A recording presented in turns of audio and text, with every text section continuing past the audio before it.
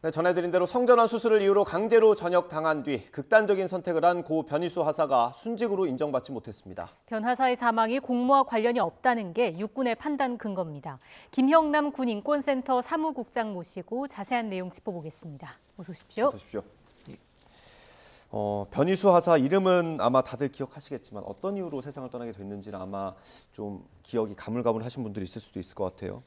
일단 과거 내용을 좀 짚어볼 텐데 일단 변희수 하사가 극단적인 선택을 한 게 지난해 2월이죠. 아마 견디기 어려운 일이 있었을 것 같은데 어떤 일이 있었습니까?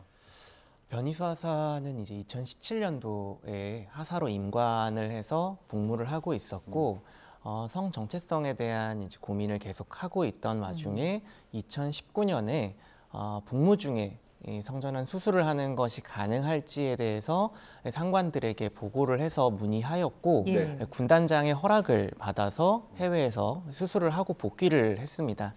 복귀를 해서 군병원에서 요양을 하고 있던 중에 갑작스럽게 이제 전역 심사 대상이 되었다라는 통보를 받게 되었고 남성의 성기를 상실하는 것이 장애에 해당한다는 이유로 2020년 1월 달에 강제 전역 처분을 받았습니다. 예. 그리고 나서 변 하사가 강제 전역 취소 행정 소송을 제기를 한 거잖아요. 그 당시에 그 결과는 어떻게 나왔습니까?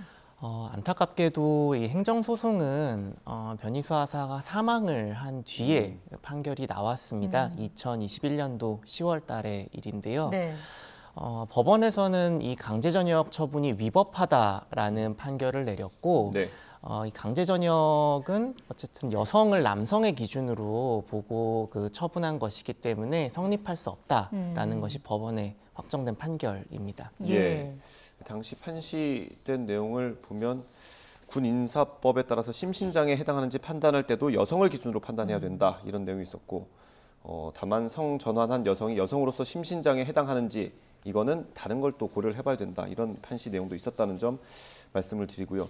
일단 전역 처분 자체가 부당하다는 건 이 법원에서 결론이 나온 거지 않습니까? 이후에 군사망사고 진상규명위원회가 이거를 순직일지 아닐지 이제 검토를 했는데 그 결과는 어땠습니까? 군사망사고 진상규명위원회는 대통령 소속 기구입니다. 네, 여기서 지난 4월에 이 변희수 하사의 죽음은 군에서 내린 위법한 강제전역 처분으로 인한 것이기 때문에 순직으로 그 사망 구분을 바꾸는 것이 타당하다라는 결정을 했었던 것이죠. 예, 순직으로 심사하라는 권고를 내렸음에도 불구하고 정작 육군에서 심사한 결과는 순직이 아니라 일반 사망이었습니다. 이게 좀 구분을 해보면 좋을 것 같아요. 어떤 차이가 있습니까? 군에서 사망을 하게 되면 보통 전사 그리고 순직, 일반 사망으로 구분을 하게 됩니다. 순직의 경우에는 쉽게 얘기하면 국가에 책임져야 되는 부분이 있는 죽음이라는 것입니다. 뭐 직무 수행을 하다가 사망을 했거나 공무와 인과관계가 있는 죽음을 순직이라 하는 것이고 이 경우에는 국립묘지에 안장되고 여러 예우를 받게 됩니다. 근데 국가와 아무 관계가 없는 국가는 책임 소재나 어떤 책임져야 되는 부분이 없는 죽음은 일반 사망으로 이제 분류하게 되는 것이죠. 예, 제가 그래픽으로 보여드리고 있고요. 그 변희수 하사가 숨진 채 발견이 됐을 때 논란이 됐던 것 중에 하나가 이게 복무 중에 사망한 거냐 아니냐 이것도 좀 논란이 됐었거든요. 그건 이미 이번에 해결이 된 건가요, 그러면? 네, 사실은 그동안 이제 우리 군이 계속 억지를 부려온 부분인데요.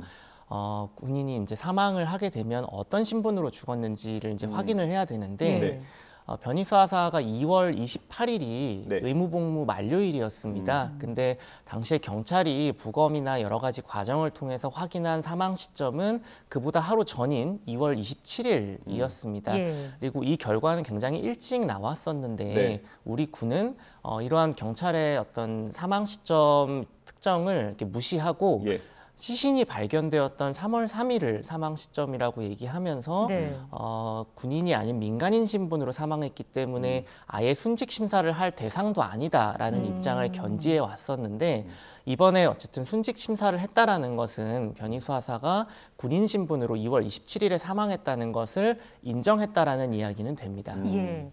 저희가 준비한 그래픽이 하나가 더 있습니다. 보면서 좀 이어서 설명을 들어보면 좋을 것 같아요. 의무 복무 기간 중에 사망해도 일반 사망으로 분류하는 경우가 있는 건데 이 중에 이제 네 번째를 좀 주의 깊게 보면 좋을 것 같습니다.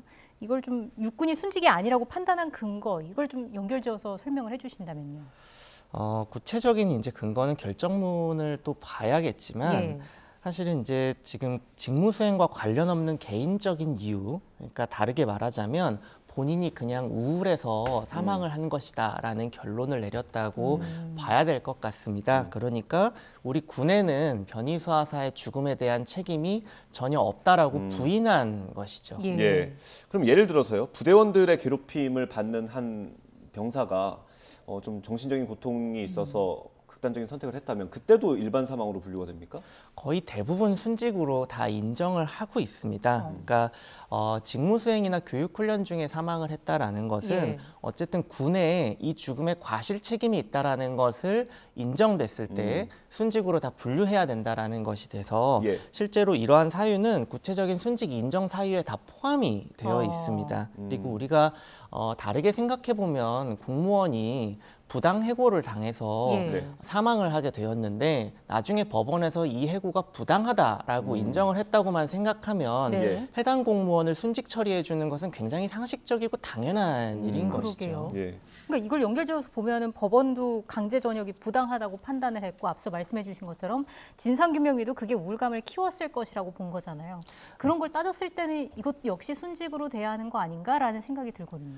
실제적으로 변희수 하사의 의료 기록 등을 살펴보면 강제 전역 이전과 이후에 어떤 정서 상태가 굉장히 크게 차이가 나는 것을 볼 수 있고 의사들도 당시 변희수 하사의 어떤 정신적 어려움이 강제 전역 때문이었다라는 것을 이미 생전에 다 진료하고 진단해 놓은 내용들이 있습니다. 네. 강제 전역이 원인이 될 수밖에 없는 것이죠, 이 상황에. 뭐 그런데도 불구하고 군이 이런 결과를 내놓은 건 어떤 이유 때문으로 보세요? 제가 아까 전에 공무원이 순직하는 요 예시를 들어서 말씀을 드렸는데 네. 그러한 상식적인 여러 가지 사례에 비추어 보면 변희수 하사가 순직 인정을 받지 못하게 된 건 변희수 하사가 트랜스젠더이기 때문이라고밖에 생각을 할 수가 없을 것 같습니다. 그러니까 우리 군의 일원으로 변희수 하사를 받아줄 수 없다는 것이고 살아서나 죽어서나 군인으로 인정하고 싶지 않다. 예. 법원의 판단에도 불구하고 국립묘지에 변희수 하사가 들어가는 것을 받아들일 수가 없다라는 어떤 그 억지라고 보고 있습니다. 그렇군요. 이걸 결정하는 심사위원회가 9명으로 구성되어 있는 걸로 알고 있습니다. 모두 같은 의견이었을까요? 사실 몇 대 몇으로 결정을 했는지는 이제 결정문을 살펴봐야 되겠지만 네. 이 위원회 구성 자체가 군이 직접 하는 것이기 때문에 사실상 우리 국방부나 육군 지휘부의 의중을 반영할 수밖에 없다. 이 위원회의 결정은. 그렇기 때문에 어떤 독립성이나 이런 게 보장된 위원회에서 이런 결정을 내렸다고 볼 수는 없고 네. 이것이 국방부의 결정 사항이다라고 이해하는 것이 타당할 것 같습니다. 아, 그렇군요. 아무래도 이번 결과를 받아보셨을 유족들의 마음이 아프실 것 같습니다. 혹시 얘기를 좀 나눠보셨습니까?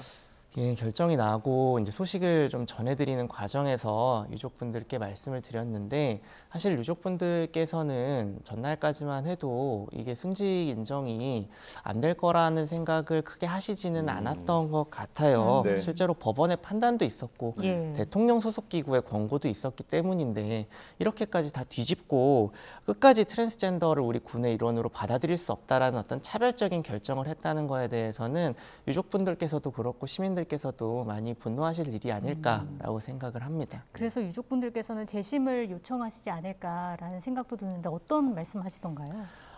이제 계속 대응을 어떻게 해나갈 것인지를 지원하는 단체들과 그리고 또 법률 대리인과 함께 검토를 해나갈 텐데요. 예. 뭐 이대로 그냥 승복을 하지는 않을 것이고 잘못된 결정을 바로잡는 과정을 앞으로 좀 밟아가지 않을까라고 생각하고 있습니다. 알겠습니다. 상황을 좀 지켜보겠습니다. 지금까지 김형남 군인권센터 사무국장과 이야기 나눴습니다. 오늘 이야기 잘 들었습니다. 고맙습니다.